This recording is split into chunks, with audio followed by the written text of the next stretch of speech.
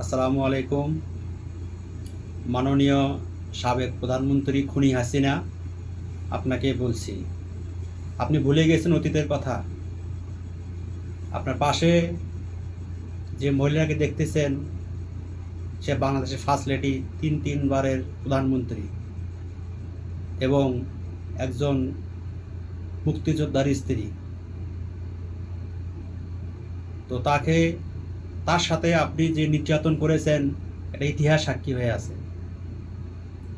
অথচ এই বেগম জিয়া আপনাকে বিদেশের মাটি থেকে বাংলাদেশে নিয়ে এসে বহুতান্ত্রিক গণতন্ত্র প্রতিষ্ঠা করার জন্য আপনাকে নৌকার মাঝি বানিয়ে দিয়েছেন এবং বাংলাদেশে গণতন্ত্র প্রতিষ্ঠা করেছেন।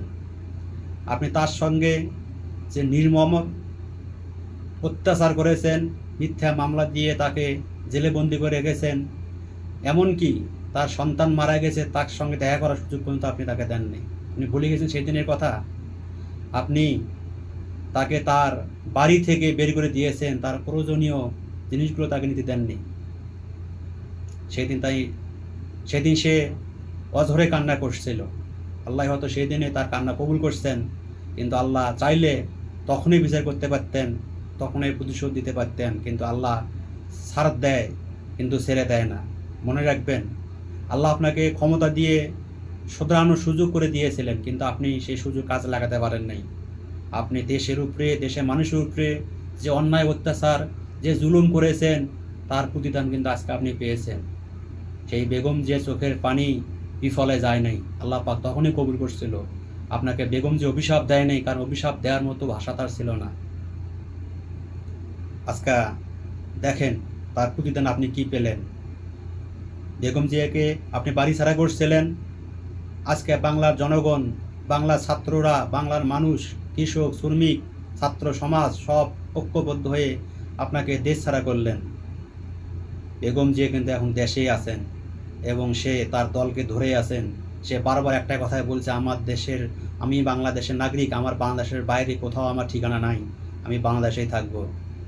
আপনি তার উপরে কত নির্মম অত্যাচার করছেন। তার সন্তান মারা গেছে, তার সন্তানের সঙ্গে দেখা করার সুযোগ পর্যন্ত আপনি দেন নাই।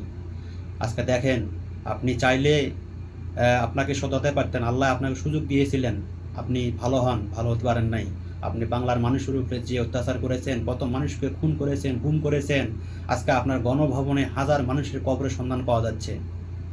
আজকে আরে প্রতিদান আল্লাহ আপনাকে ঠিকই দিয়েছেন।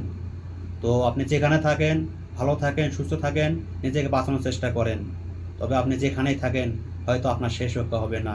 বাংলাদেশের আইনে আওতায় এনে আপনি যত মানুষকে খুন করেছেন, গুম করেছেন, এর বিচার একদিন বাংলার মাটিতে হবে ইনশাআল্লাহ। আল্লাহ হাফেজ, ভালো থাকবেন। আর এই ভিডিওটা বেশি বেশি শেয়ার করবেন। তবে একটা জিনিস মনে রাখবেন, আজকে বাংলাদেশ 1971 সালে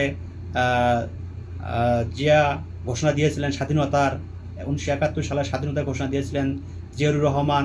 আজকে দেশ স্বাধীন করলেন বাংলাদেশের ছাত্ররা। ধন্যবাদ বাংলাদেশের সকল ছাত্র এবং যারা এর সঙ্গে জড়িত ছিলেন। সবাই ভালো থাকবেন, সুস্থ থাকবেন এবং অবশ্যই বাংলাদেশের কথা ভেবে, নিজের দেশের কথা ভেবে যেন কোথাও যেন আর এমন ধরনের অপরিচিত ঘটনা না ঘটে এবং বাংলাদেশের রাষ্ট্রীয় কোনো সম্পদ যেন ধ্বংস না হয়, অবশ্যই সেদিক খেয়াল রাখবেন। আর আমরা চাই দলমত নির্বিশেষে এমন একটা দল ক্ষমতা আসুক যারা বাংলাদেশকে ইসলামী আইন কানুন কায়েম করবে এবং ইসলামের আইন অনুযায়ী, কোরআন অনুযায়ী দেশকে শাসন করবে। ভালো থাকবেন, সুস্থ থাকবেন। আল্লাহ হাফেজ, সালামু আলাইকুম।